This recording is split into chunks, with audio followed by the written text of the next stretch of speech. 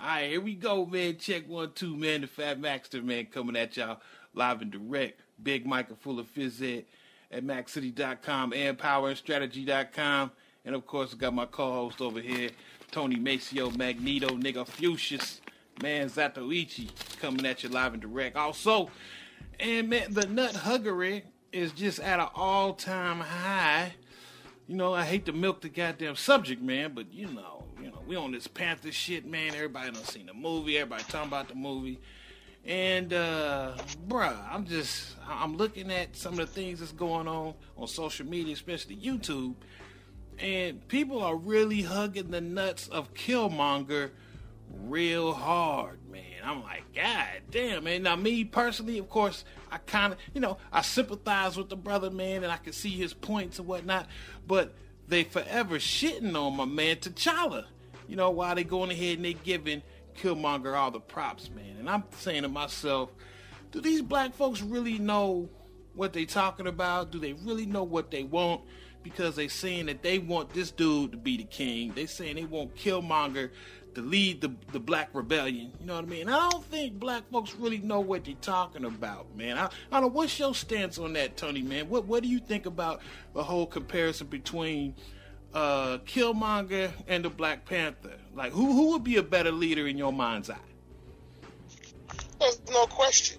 T'Challa would. Okay. And the reason they love Killmonger is because he talks that shit just like them. Uh-huh. He is a pro-black nigga with a PhD. Okay.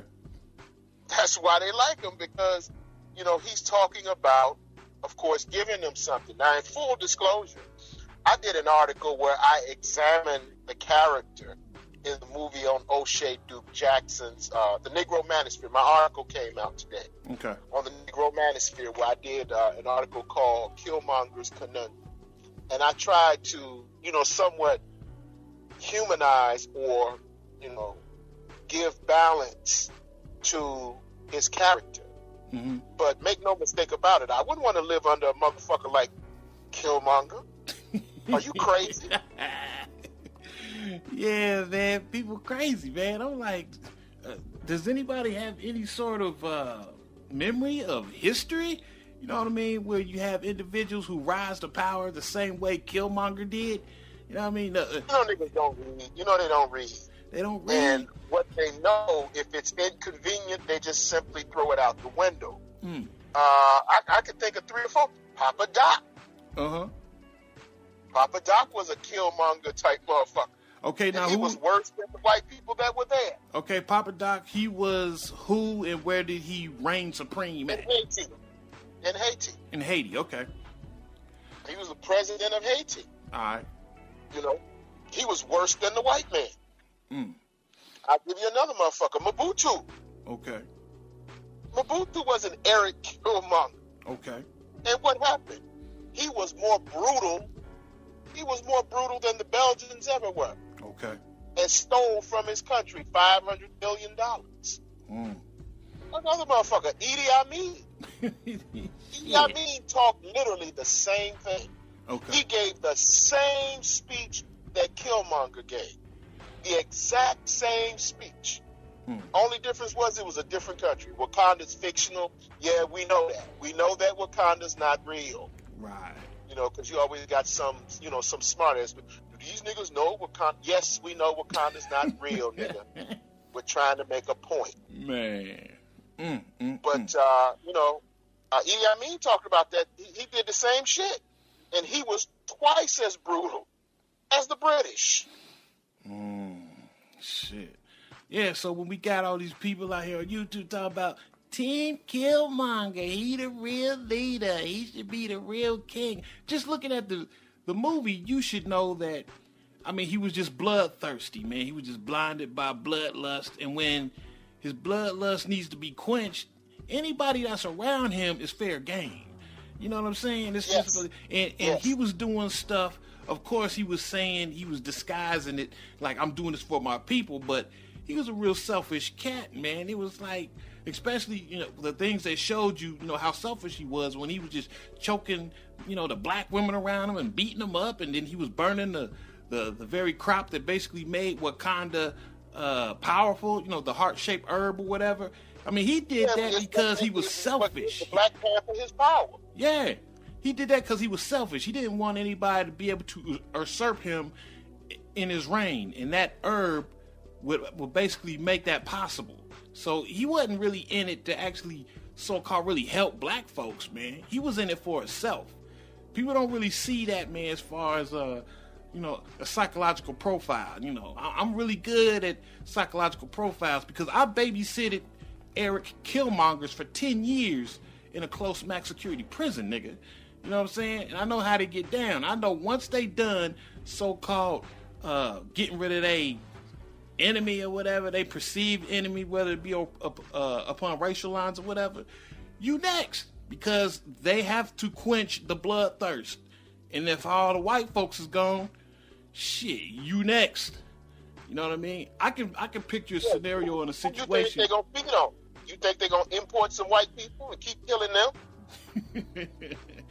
Hell no. Nah, man. But let's back up to how we got here, or how he got into his situation. Okay. Now let's remember. Now here's what they couldn't understand. And last night I was listening to, you know, Hangout, and it was one motherfucker that was just totally illogical, and I'm not gonna call his name, but you know what I'm talking about. Oh no. Okay. Totally.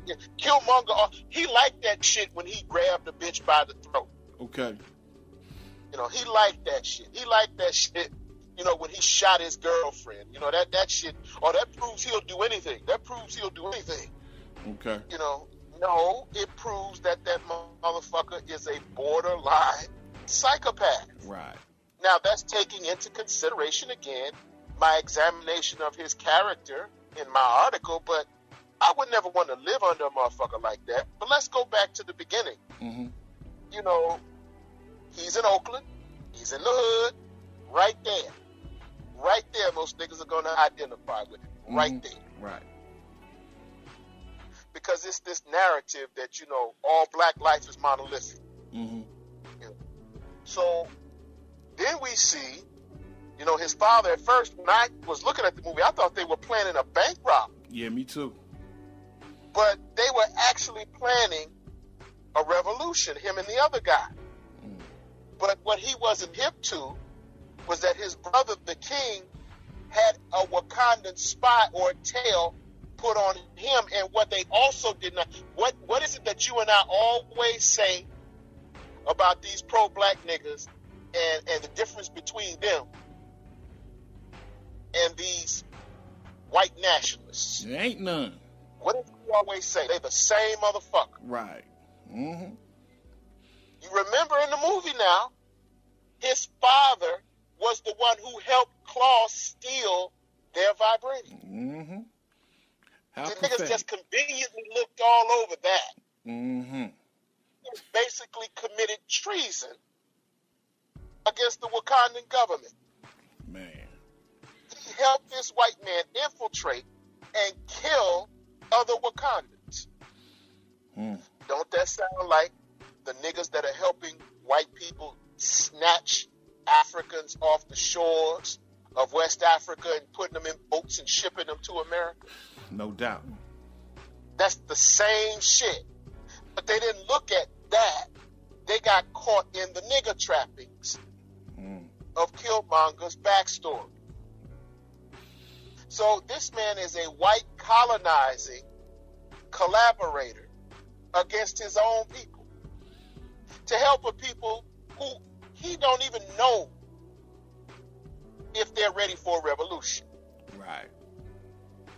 You give niggas some weapons, all they gonna do is turn them over to the white man. No training. Period. Right. So he helps this white man steal from the continent, and then he compounds his crime by murdering or attempting to murder another Wakandan citizen. Mm-hmm. And the king steps forth to defend the man that later becomes his royal counsel. and kills him. Right. And so they say, oh, that's so fucked up. They left him in Oakland. What the fuck is he gonna say to him? You know, hey, I just killed your motherfucking daddy, so I'm gonna take you on back to Wakanda with me, and we just gonna leave your daddy's carcass here. And you going? I mean, what the fuck is the king supposed to say? Right. The bottom line is that when you're a king, you have to make difficult decisions. Mm-hmm. And those decisions are not always popular, and that's the problem they had with T'Challa. Mm-hmm. He respected the responsibility of the throne. He didn't come in there all swagged out like Killmonger, and that's all that was. You know, he didn't come in there with swag. He came in there with technology. Right. He came in there with intelligence. He came in there with martial skill. Right. But he didn't come in there with the swag and the bluster that Killmonger had. Right. Take away all that education and training, he looked like just like any other nigga on the block. They were able to identify with that too. Because I told you, you know, niggas got this myth of the noble savage. Okay. They got this thing where they seem to identify with the outlaw. That's a product of the culture wars in the black community. So I knew that they were going to like him. Shit. Yeah, they don't like the lame. They don't like the cerebral, stoic, analytical thinker. They don't like that cat. No. They like the nigga running in. No, not at all. Yeah, man. It's crazy how... They like the nigga. And I heard Cynthia G's ass on YouTube. She co-signing Killmonger too. She co-signed. Okay. Killmonger is the bad Negro because he kills white people. No, Killmonger is the bad nigga because he kills black people. He told you that. He said that in the movie. He said, do you know how many people I killed in Afghanistan, in Iraq, even my own brothers and sisters right here on this continent, just so I can come kill you? Exactly. Did you niggas miss that? Yeah, they missed it, man. They missed it. They wrapped up in the swag, son. In the swag. Now get this. Now his dad collaborated with Claw, and then he go bust Claw out of detention, out of out of detainment by the Central Intelligence Agency. He bust this motherfucker out of jail. Right. So that he can come back and kill the Wakandan government. Why would I bring a nigga like that into paradise? Why would I bring a nigga like that into my technological advancements? That only showed you that the king was right. Right. Because when the motherfucker got there and they went through the ritual challenge, like you said, he burned down the purple heart-shaped herb. He spit on the very cultural values and traditions that made the Wakandans superior. Why? Because he didn't respect it. That's why you don't let niggas in your house. Oh, man. No, the funny thing is, man, I just keep hearing, and I kind of feel disrespected when I hear this shit because, you know, niggas is talking about how they won't Killmonger be the leader, which makes me believe that niggas think they ready for war. You know what I mean? And you niggas ain't got no stomach for war, man. Y'all the very same niggas that goddamn, you start whining and bitching when the white man cut off your EBT cards, nigga. You know what I'm saying? It's like, you niggas don't shut the fuck up. I'm trying to tell you, this was going to happen. If Killmonger was to actually do his thing, man, and start a rebellion and a uprising, niggas don't seem to understand there's certain things called collateral damage. All it would take, man, is for, you know, a couple black babies to get blown to bits or whatever, or some starving to go on, because, of course, war is about logistics also. You know, you got to have your bullets, your beans, and your Band-Aids. And then, you know, some black kids will go starving or some black kids will get blown up. Then black folks would be like, oh, you know how niggas will flip on you, man. Oh, we don't like Killmonger now. We don't like Killmonger now. Get this nigga up out of here. And then all of a sudden, now that you're trying to get Killmonger, up out the spot because you're hungry, you're starving, your babies is getting blown to bits because you really don't have a stomach for war, Killmonger gonna line you niggas up in the streets and blow your fucking heads off. You know what I mean? So you better hope and pray you never get no Killmonger. Hope and pray that you still have a T'Challa around who's more cerebral, who has some compassion, you know what I mean, who actually will lend an ear and listen to some other opinions and listen to his counsel and just not be just balls to the wall. That's the problem with these Killmonger niggas. They don't know how to take their foot off the gas pedal. You know what I mean? Yeah, but then again, to underscore what you're saying, when all that shit starts and the children are being blown to bits, you know what they're going to turn around and call it? What? They're going to say you're a monster. Exactly. Mm-hmm. They're going to turn on Killmonger. Exactly. That's how niggas get down. Because, again, they don't have the stomach for war. Mm-hmm. Shit. They ain't built for what it takes to truly launch a revolution. They ain't about that life. So they're about that life again till shit gets turned off. A couple of niggas get shot. And then they'll be out there thinking that they can march and protest against the opposition who they are at war with. Right. And then you had them niggas out there trying to turn over the weaponry to the opposition to get a few brownie points. They'll be the first ones to sell you out and turn you in. Man. So he would have to line them niggas out. He would have to line them niggas up and blow their skulls out in the middle of the street. He would have to completely air out their skull for selling them out. Yeah. That's what you do. War is the sum of all evils. He would line them niggas up and shoot them. Every last one of them. And then they'll go crying to the white man to do something about it. That's how niggas do, man. First they hate the cops. That's how they get down. Yeah, they hate now, the cops. They done brought him into their midst and talking about a rebellion. But then when he starts really rebelling, then they'll go cry to the white man to kill him. Do something about it. You got to get rid of this nigga. He crazy. He's a mad dog killer. Uh-huh. Shit. Yeah, boy. I see that played out all the time with your niggas whining a bitch about the cops and shit, man. But then as soon as some nigga break in your house, what you do? You call the cops. What you call the cops for? Shit. Ain't you black? Don't snitch. Don't snitch, nigga. Motherfucker got all kinds of shit to say about the cops until, motherfucker break in your shit. And you reaching down for 911. Man, you niggas ain't got no stomach for this shit, man. Like I said, I'm a Persian Gulf veteran, nigga. 1991. You know what I mean? So I be hearing all these niggas with this rah-rah shit. Like, you niggas, like, if someone sat around, man, and actually knew what the fuck they was talking about, man, have you ever seen a child's mandible blown off? His face blown off? You ain't got no stomach for that shit. Talk about you want a Killmonger to lead you. You better hope that you get a Reverend Jesse Jackson motherfucker, that's gonna talk some shit. It's gonna motherfucking, man, you better hope motherfucker just talking shit, cause you niggas ain't got no stomach for this shit. Trust and believe. You ain't got a stomach for this shit. You don't need no Killmonger. You ain't ready. Well, they'll say that until they find out what he really about. Mm-hmm. And again, when they find out that this motherfucker is a complete psychopath, then they coming back to T'Challa. Can you please fix this? Mm-hmm. Coming back on bended knee, big, after they done unleashed this motherfucker. Man. Because again, that's what the bitches do.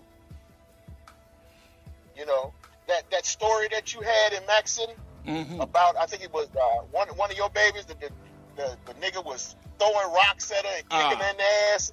Yeah. Mm-hmm. You talk about ice. Yeah. Yeah, man. Mm-hmm. That's how they get down. They want that shit until they close up on it because they don't know what it really is or they don't know who they're really dealing with. Mm-hmm. See, T'Challa was more forward thinking. He was a long-term planner. Man. He understood that he had to grapple with many complicated issues. What happens when you saw at the end of the movie when they brought the spaceship in the hood? What them niggas say? Ooh, let's take it apart and sell it. Yeah. They had to put some nigga shit in there at the end. Yeah. They had to put some nigga shit in there, man. But yeah, I remember, man, you was telling me some stories, man, about how the CIA was like, well, I guess you just did that, man. You gave like 3 examples, man, of, because weren't those guys backed by the American government that you just... Yes, they were. Every single one of them. Okay. Well, except for Idi Amin, he was backed by the British. Okay. The British created him. And then he turned around and turned on his own people. The Ayatollah Khomeini. Mm-hmm. Ayatollah Khomeini, or Khomeini. You know, when he threw out the Shah. Okay. It was he was the same thug that helped the Central Intelligence Agency overthrow Mohammed Mossadegh. And these is Killmonger type niggas. The same argument. He went and got the training. He went and got the training and he came back. No, he went and got the training and came back and overthrew the very motherfucker that he helped put in power. Mm. And they told you in the movie, they said, that guy, Everett Ross said, he's one of ours. Mm. He said that in the movie. He said he's one of ours. And when Ross was explaining to him why he earned the purple-shaped herb, he said, because that's what he does. He overthrows governments. Mm. Motherfucker doesn't rule governments. He overthrows them. Right. Mm. Shit. So we got plenty of historical accounts of a lot of Killmongers, but it never really turns out right for the so-called people they trying to so-called liberate, huh? It never works. Well, let me not say never. Okay. I won't say never. I'll say it rarely works. Okay. It rarely works. Mm-hmm. And they were backed by colonial powers, right? Yeah. Same way, because like you're still beholden to them. Uh-huh. You know, it's not like they're gonna train you and just let you go. Right. You still belong to them. So yeah. And anytime they get ready to call in that favor, whether it be to fuck up your economy, whether it be to steal your resources while your people languish in misery, that's exactly what the fuck they're gonna do. Man. Again, that's what happened with Mobutu. When they came to him about turning on Patrice Lumumba, he readily did it. Okay. He readily did it. And what did he do? He got a loan from the World Bank and the IMF. He plunged his country into debt. And then when Don King's porcupine hair looking ass came over there with that rumble in the jungle, and they were trying to act all black and how we coming back home, you know, we left in robes and chains and we coming back home in scintillating glory and all of that shit, because he put up $10 million for the fight. Mm-hmm. He put up $10 million of the dollars that he stole from his own people. Man. He's a criminal. Wow. He's a murderer. He is Killmonger. Shit, man. Yeah, it's a problem with, once again, black folks don't understand the concept of war. You got to have your bullets, your beans, and your band-aids. Killmonger, he understood the concept of the bullets, but he damn sure didn't really understand the concept of the beans and the band-aids. Proof positive is he wanted to destroy the heart-shaped herb. You know what I mean? Ain't got no use for band-aids. You know, he understood one concept of it, and that was it. And of course, we got a nation of niggas that just seen that movie, were blind to the concepts of the art of war. You know, championing this cat like, he would have been a great leader. No, he would not.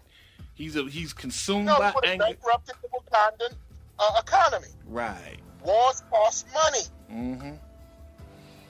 You You mean you're going to launch a war against the entire globe? Yeah. Who's going to pay for that? Right. Mm. Shit, sure can't be all the black folks you're talking about. The entire world against a country that they didn't even know existed? Mm.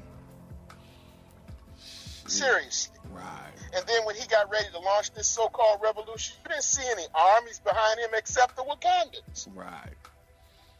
And the people that he was talking about raising, those were the people in the Wakandan intelligence apparatus. Mm-hmm. They were government spy rings. He didn't have no damn army. Shit, he don't know when to take his foot off the gas pedal, man. That same thing Hitler did, man. Hitler, he started off the same way. So he a Killmonger type as well. You know, coming in so-called want to save his people against the evil Jews. You know what I mean? But he took it too far with Russia. He didn't know when to stop. Nigga didn't know when he did not know when to stop. And the rest is history. That was the same way Killmonger would have done, man. He don't know when to stop. Yeah, Stalin did the same thing. Right. Stalin came in, and when he got in, everybody that was a Stalin loyalist, he had him shot. Right.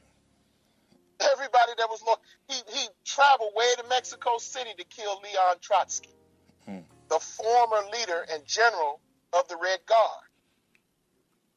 Now wait, kill all the zealots. Now wait, he's going to inevitably turn on you. No, so wait a second. Let's back that up. Okay, Stalin had Trotsky shot, right? Yeah, he had Trotsky murdered. Okay, that's right. Okay. Mm-hmm. Yeah, he rose to power, and yeah, man, curtains for your son. He sent the Soviet, the KGB, the KGB's secret assassination squad to Mexico City. And they pickaxed Leon Trotsky to death. Wow. He was laying up there with all kind of holes in his face and in his chest. Where they had basically picked this motherfucker to pieces. That's the other thing. Killmonger doesn't keep you around no matter how loyal you are. Because a side effect of fucking with a nigga like that is that they're mad paranoid. Wow. They think that everybody's plotting on them. That's true. So you can be loyal as a motherfucker and end up getting snatched out of your house and taken out in the woods and being shot.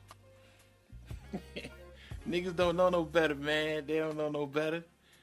You know, niggas on that Hollywood shit, man.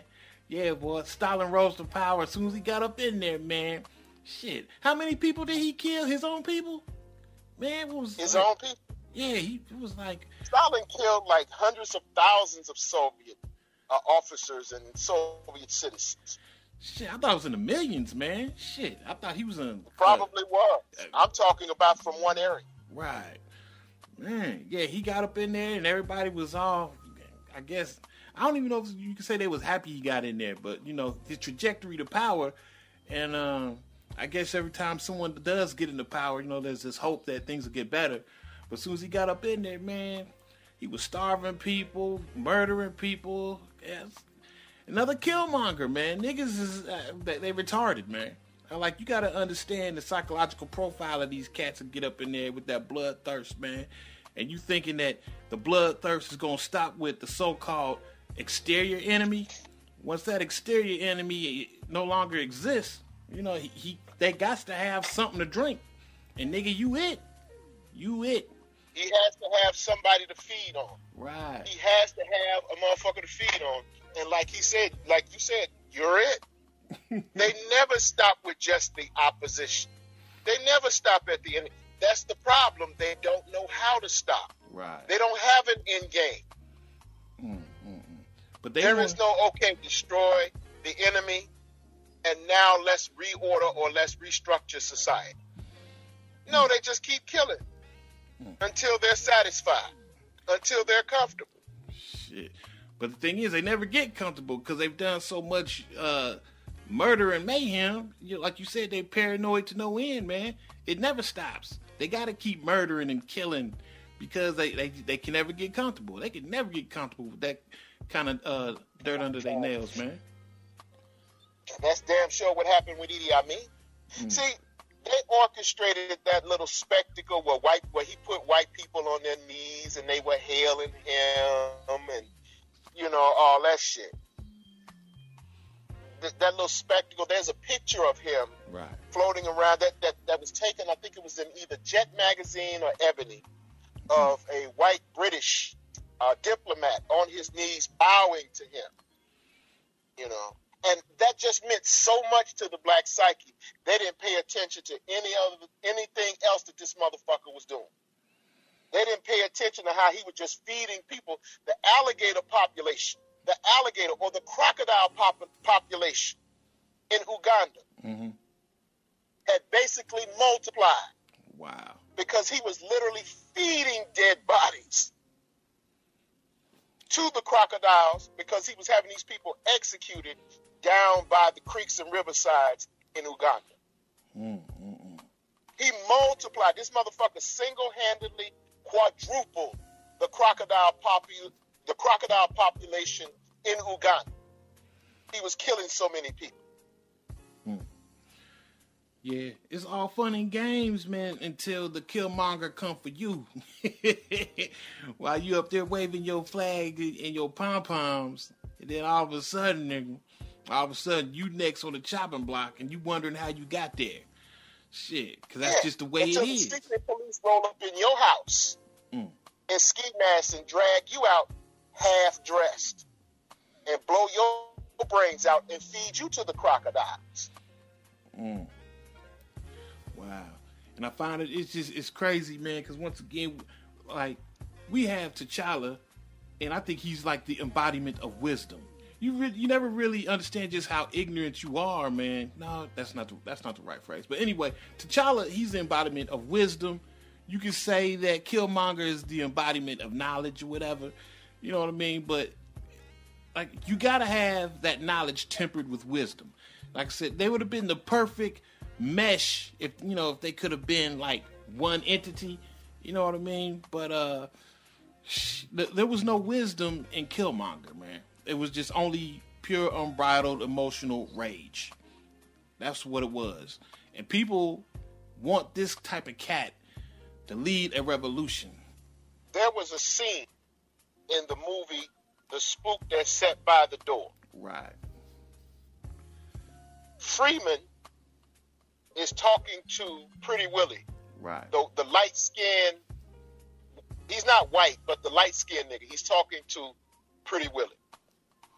And Pretty Willie tells him, he said, I can't understand you, man. What you in this for? Are you in this for hate or revenge? And he says, I'm in this, Willie, because I want to be free. And Pretty Willie says, me too. He said, I hate white folks.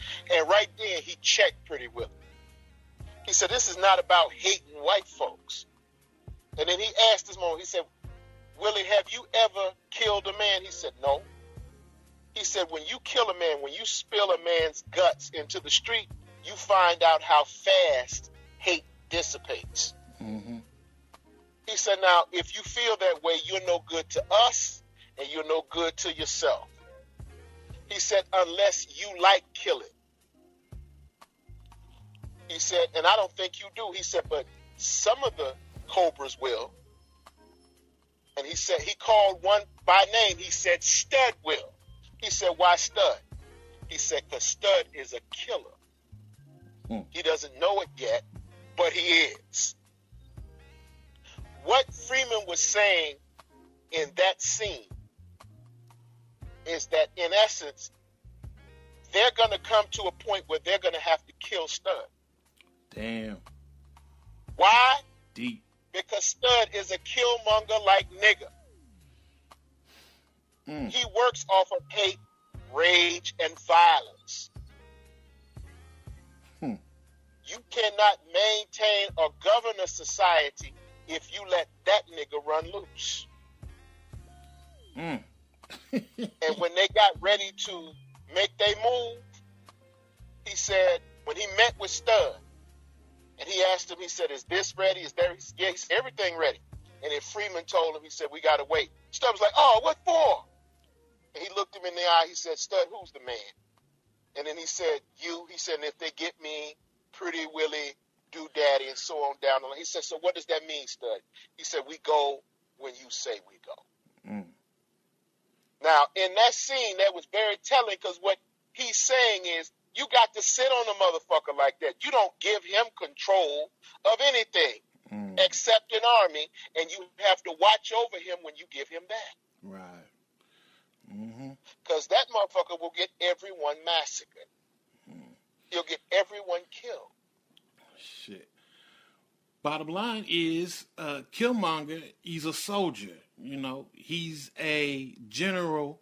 I don't even know if he would be general class, you know, but he's definitely a soldier. He wasn't a general. Huh? He's an insurgent. He wasn't a general. He's an insurgent. Yeah, well, he's not a motherfucker that can plan an operation. Yeah, well, that's what I'm talking about. I'm saying, like, if he were to actually become part of the Wakandan society, he's not king stock, actually, because he don't really think like a king. You know what I mean? He thinks like a warrior, and you can't put a warrior. You put a motherfucker like that, you put him in intelligence. Right. Mm-hmm. You put him in some covert intelligence. Special black ops because shit. It's a win-win situation, because either he gonna take out all your enemies or he gonna get killed in the process. Right. Mm-hmm. He has no business on no throne, bottom line. He don't have no business on no goddamn throne, man, the way his mind works. You know? No. Yeah. Killmonger is a tactician. He is not a strategist. Okay. Oh, well, There's you know. a difference. Yeah, I'm about to ask, what's the difference, man? Educate me. A tactician is a person who designs a particular method for obtaining a short-term goal. Okay. Okay. Example. I'll give you a business example. All right. My strategy is to make sure that my business is known by everyone within a certain county. That's my strategy. All right. Is to make sure that people know that when they think about chess, they think about me. That's my strategy. That's my objective, is to build or to become so much of a household name that when people think about chess or they think about chess instruction, they think about my chess program. All right. My strategy is to become so well known in this county that people will have no choice but to deal with me. My tactic is how I accomplish that strategy. Ah, okay. All right. So my tactic would be to put flyers on everybody's cars, for example. Mm-hmm. My tactic would be to advertise in the newspapers. My tactic would be to advertise on public radio in Yellow Springs. My tactic would be making sure that I network with all the local media and newspapers. That's the tactic. All right. The strategy is for me to be everywhere. That's the strategy. It's for my name to be everywhere. The tactic is how I carry that out. So if we're talking about Killmonger, his tactic was to sacrifice everybody. Mm-hmm. His tactic was to was to sacrifice everybody. That was his tactic. He's a tactician. Mm-hmm. He knows how to overthrow governments. He knows how to instigate rebellions. Those are tactics. Guerrilla warfare is a tactic. Mm-hmm. The strategy becomes, how do you maintain it? What is the objective? How do you maintain a guerrilla war? Mm. What is your strategy towards eventually becoming a conventional army. Okay. How do you make this? Strategic planning is long term. A tactician is short term. Gotcha. Tactics are what you use, or a tactician uses a particular tool or method to affect or obtain a short-term gain. A strategist is a person who thinks on a long-term scale. T'Challa. How do I feed Wakandans for the next 20 years? Exactly. Yeah. How do I ensure that we don't, that the throne, that we don't run out of the purple-shaped herb? How do we create new we need to create new technologies. We need to constantly advance our technological prowess. The strategy is we have to be on the forefront of all technological advancements. That's the strategy. Oh, man. Once again, black folks have fell victim to style over substance. Style over substance. They see this motherfucker, he going balls to the wall. He don't give a fuck about nothing. He going to just, he going to burn everything. Scorch earth policy. And niggas think that's cute. Yeah, Team Killmonger. I'm like, you stupid son of the bitches. I'm like, man, you better hope and pray you get a T'Challa in there. Because once again, he was more so of a long-term strategist. That was obvious. Well, and there's also the thing that a lot of these guys, and I heard this last night too, they rule off fear. Right. Mm-hmm. That only works until you run into another motherfucker that's not afraid of you. Yeah, man. Mm-hmm. See, the Shah was vicious. The Sabak that he set up, his secret service, his secret intelligence agency, Sabak, right, they would disappear your ass. If you said something that they thought was suspect, you didn't have to do anything. If they said something that they thought was suspect, you would just disappear. That worked until Khomeini came along. He wasn't scared of the Shah. He ain't get 2 fucks. He didn't. Next thing you know, the Shah abdicated his throne. Why? Because he was scared of Khomeini. Okay. You know. Yep. So,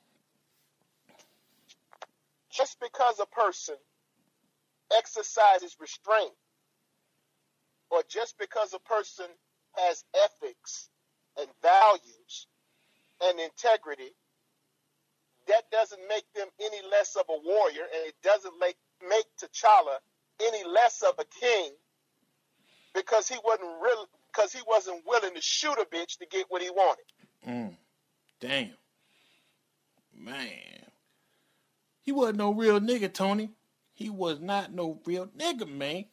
That's what these niggas, they want real niggas. We want real niggas. And that's about what it is. They want real niggas. And that's the tragedy. They want real niggas. T'Challa ain't no real nigga. And this is crazy, right? Because I actually do like the character of Killmonger. Like I said in my review, man, I like both characters, man. I can see the points of view from both of them.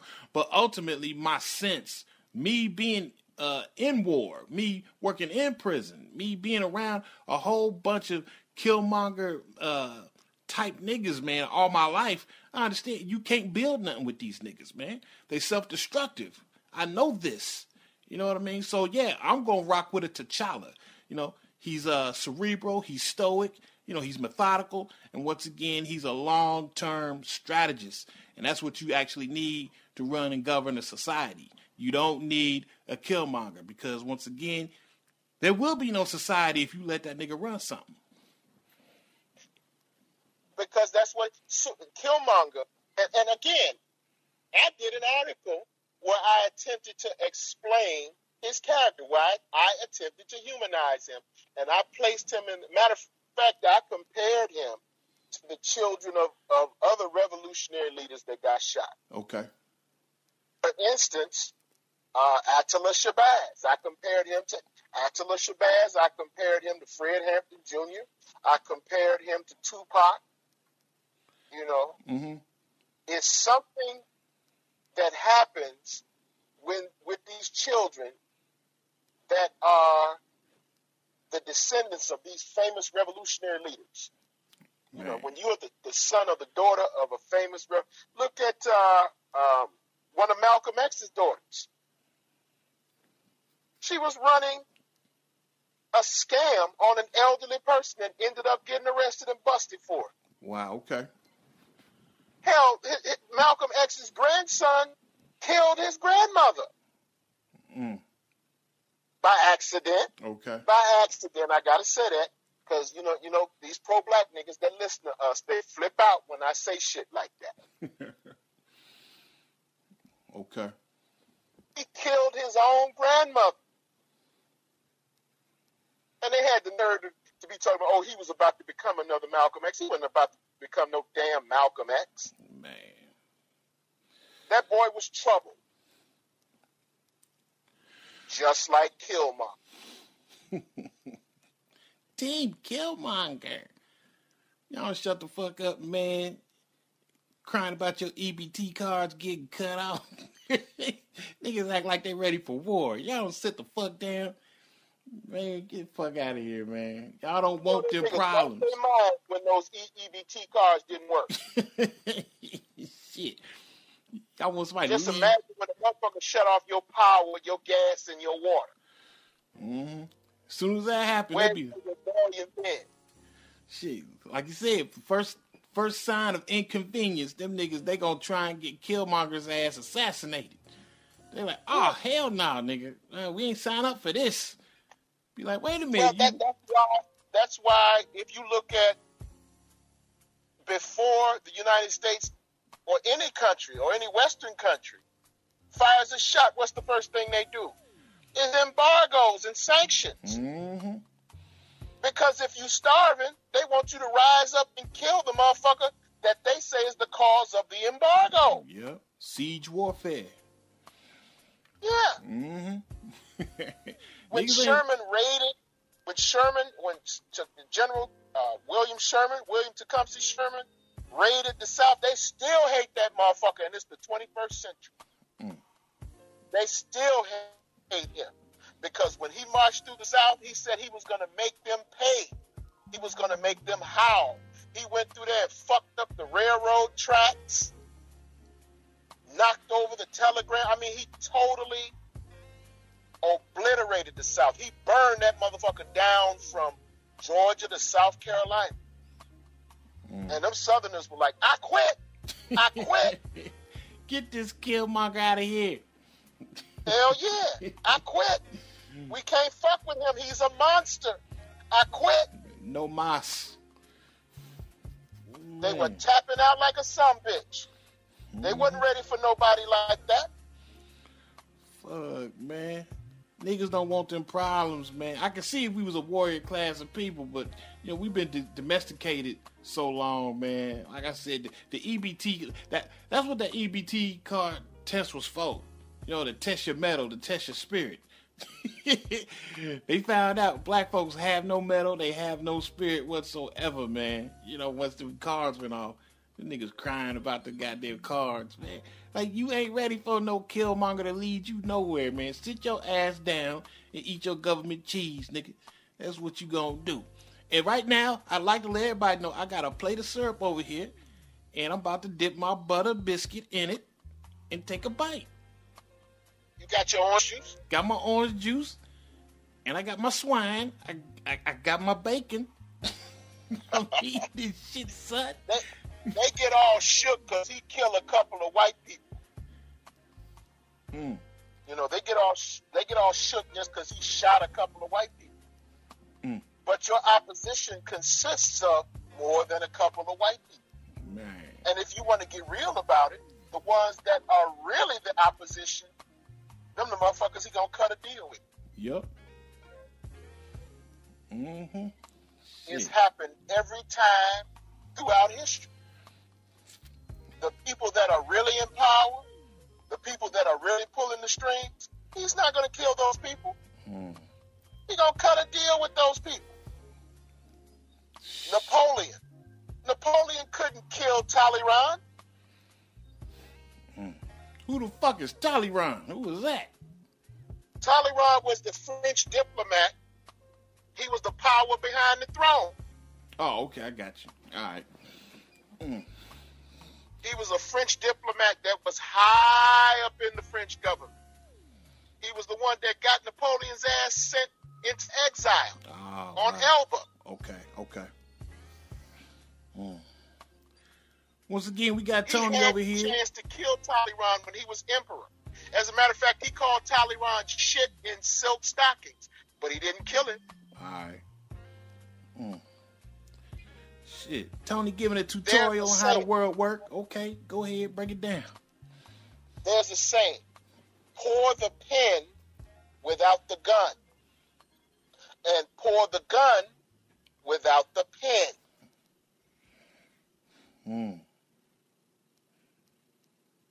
You need both the administrator and the soldier. You can't displace either one of them. Right. The wisdom comes in knowing who is who. And black folks don't seem to have the wisdom in knowing who is the administrator and who is the soldier. They want to swap them. They want to put the soldier on the throne, you know. And I was just like, oh my God, man. The nut huggery is just ridiculous. It's ridiculous. They have no concept, no clue about, you know, the art of war, man. When the Soviets were in World War I, the Germans wanted the Soviets out of World War I. Okay. Do you know what they did? They brought back a crazy-ass, exiled political leader to Russia called Lenin. Oh, okay. Because they knew he would withdraw Russia from World War I. That's why they put him on the throne. This is what Hitler was talking about when he said that the German high command sold out the German people. It was the German high command that created or that made communism possible in the first place. Wow. In spite of that, the high lords of finance that made that possible, he didn't touch those people. Hitler didn't touch those people. All right. Here he was, the monster of the West, the monster of Berlin, the monster of Germany, big bad motherfucker. But he didn't touch the people that had real power. He cut a deal with the people that had real power. The same thing Killmonger did. Team Killmonger. Everett Ross said he's one of ours. He's one of ours. They missed that. They missed it. Oh, shit, man. And when it comes down to it,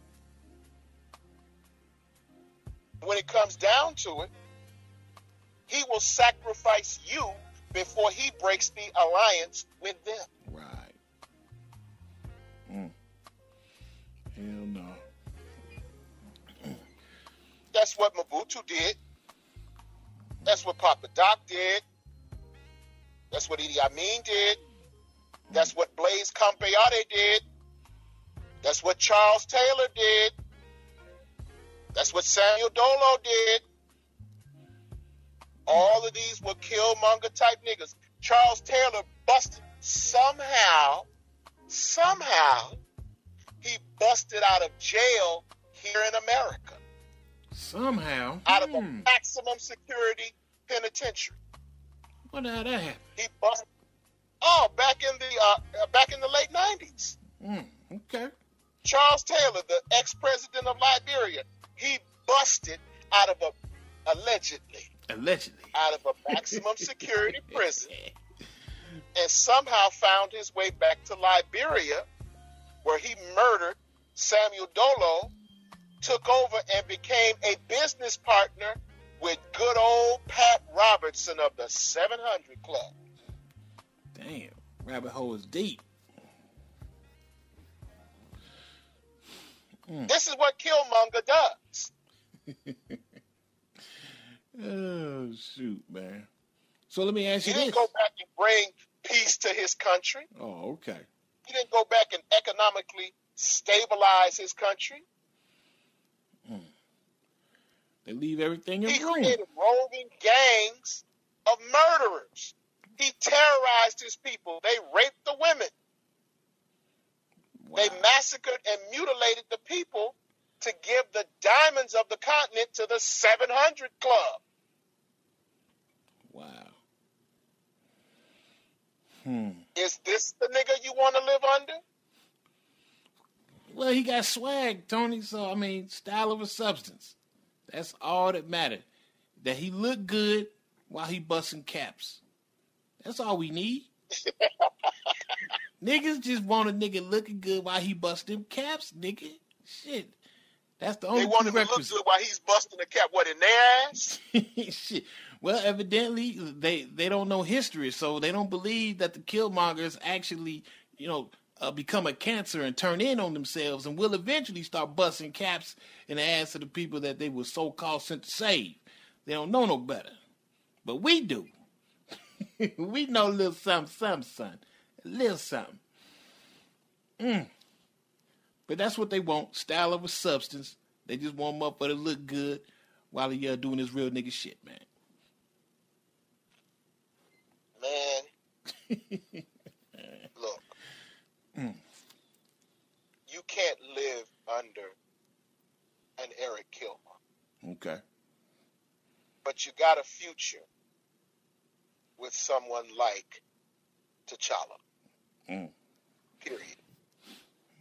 They don't like the fact. See, what they wanted, I guess they thought that, he was supposed to just fuck it. Take over Europe and America. And do what? Shit. And do what? Let his nuts hang. T'Challa's supposed to let his nuts hang and show everybody that I'm the HNIC and I run this shit. Well, you don't let your nuts hang in a room full of razor blades. Shit, man. I don't know what they want, man. I don't know what they want, boy. That's right. Because, again, like you said, it would be something if they could stop at just the enemy, but they never stop at just the enemy. Matter of fact, they will collaborate with the enemy. Right. Why? Because on a very, very deep level, they are the enemy. Yep. I know you niggas ain't ready to hear that.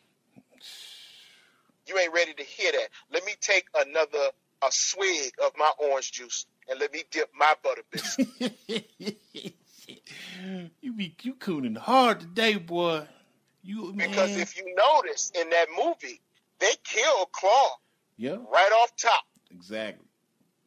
So white supremacy wasn't there.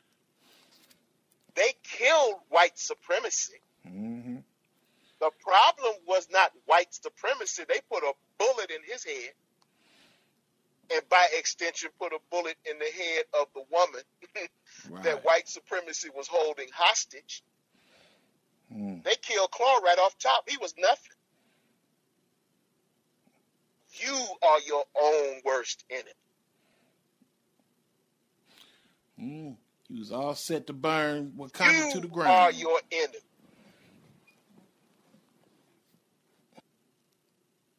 Hello? I'm going to get this round trip ticket. You want one? To where? The Coon Train. The Coon Train Awards, man. Nigga. Coon Train Awards. Front row seat. Front row seat. Man, we trying to save y'all life, man. You motherfuckers, man. Y'all need to get a copy of Sun Tzu, Art of War, the Machiavelli, all that shit, man. You motherfuckers, man. God. I ain't trying to save your life. Fuck you. Go follow behind Killmonger. Go. Shit. I see you when they bring you back in a body bag. Shit. Go.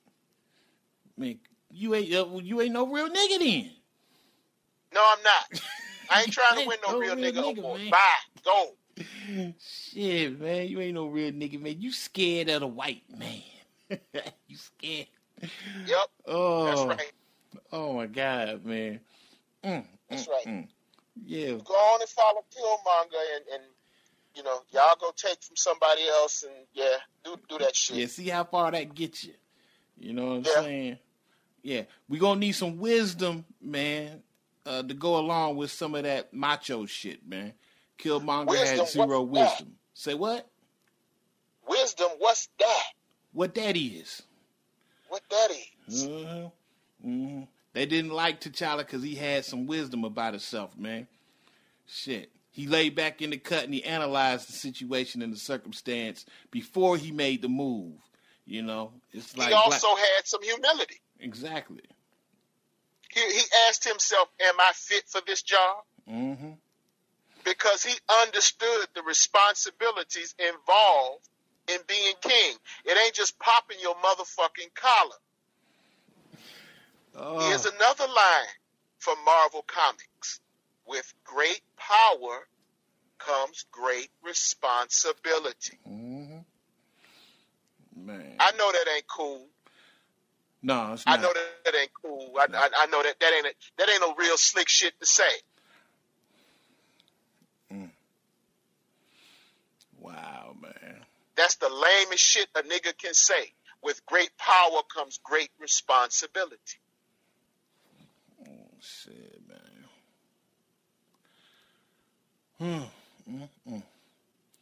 I don't know, man. You know, like I said, the nut hungry it was getting up to a fever pitch, man. And I'm like, once again, the OGs gotta come in here, man, and restore balance to the universe, man. Give y'all a different perspective. Once again, I understand the perspectives of both the protagonist and the antagonist, but my experience in life just basically tells me that Killmonger would not end well if you niggas followed Killmonger. It wouldn't work. No. It wouldn't work. You best believe you needed T'Challa on your team, man. You need that kind of cat on your team, man. The best you can do, and the best he did, and I put this in the article, he won from the perspective that he made T'Challa understand that, look, you don't live in a bubble. Because that's what his girlfriend wanted. His girlfriend wanted them to do more. Right. And he understood that he didn't live in a bubble. He understood that they did have some sort of responsibility to help the less. And he did that. Right.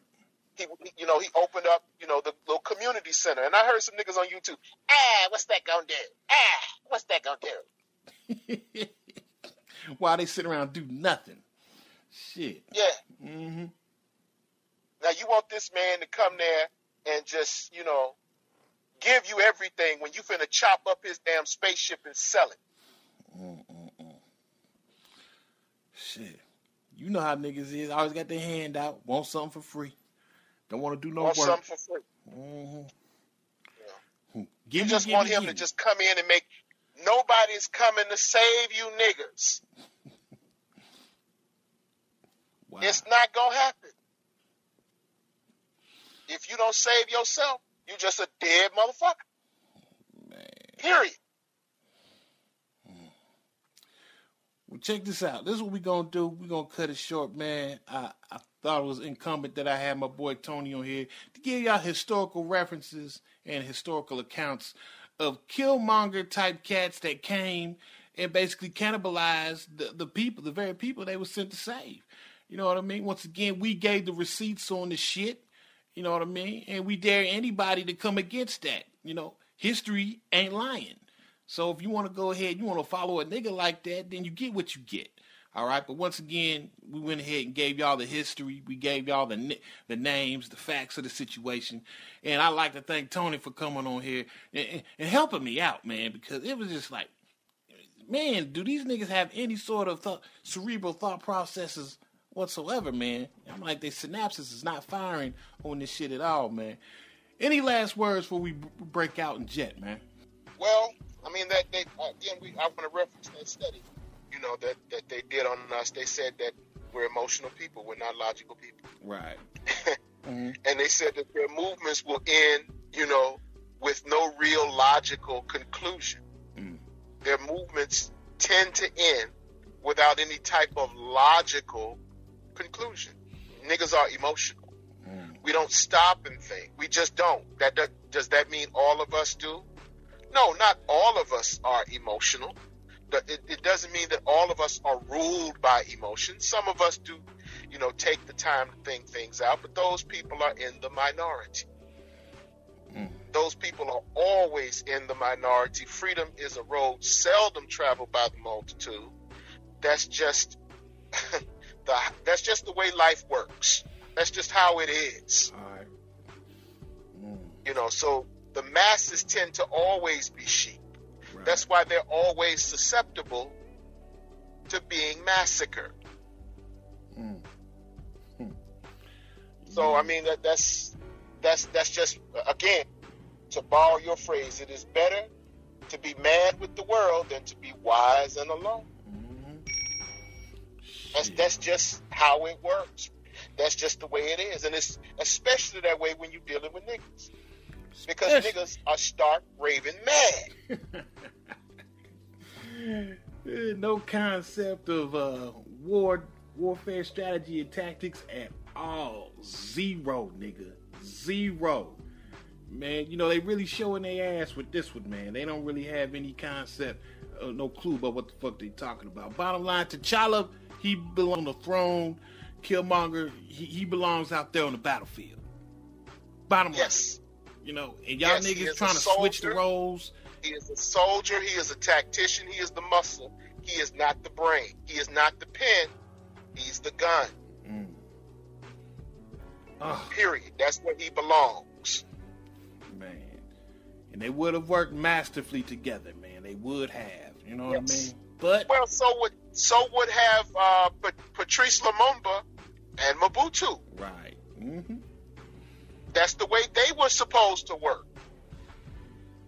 Shit, man. But it was the gun that collaborated with the white man that threw out the pen. Wow.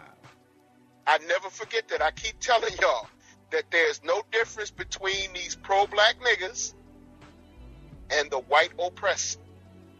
They playing for the same team.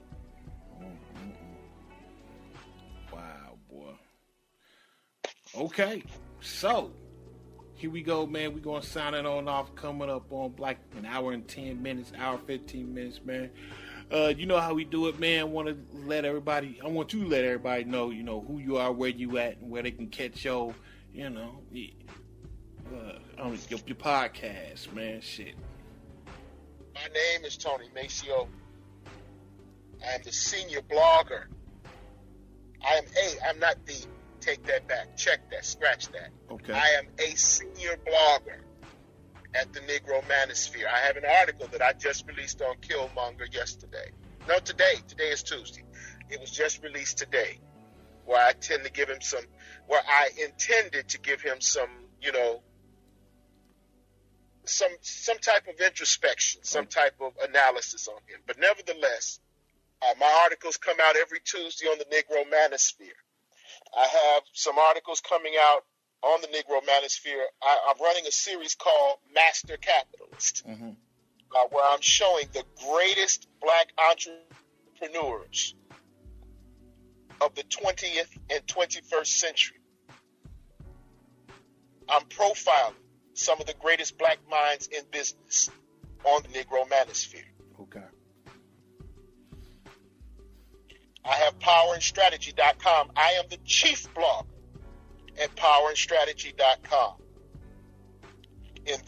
On that website, website, I discuss strategy. I use history to analyze and show successful strategies that people have used throughout the ages in Black America and throughout history to obtain power and success.